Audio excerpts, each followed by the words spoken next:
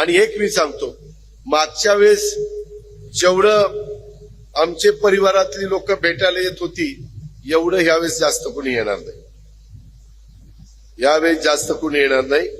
उलट माझ्या म्हणजे मी जो उमेदवार देणार आहे त्या उमेदवाराच्याच कामाच्या करता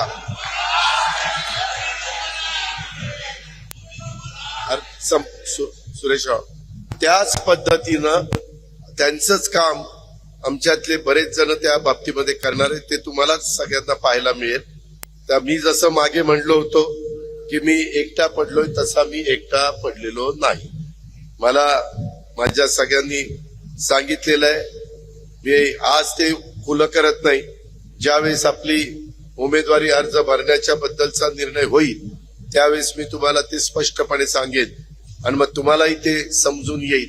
अशा पद्धतीनं एकंदरीत सगळं चित्र आहे.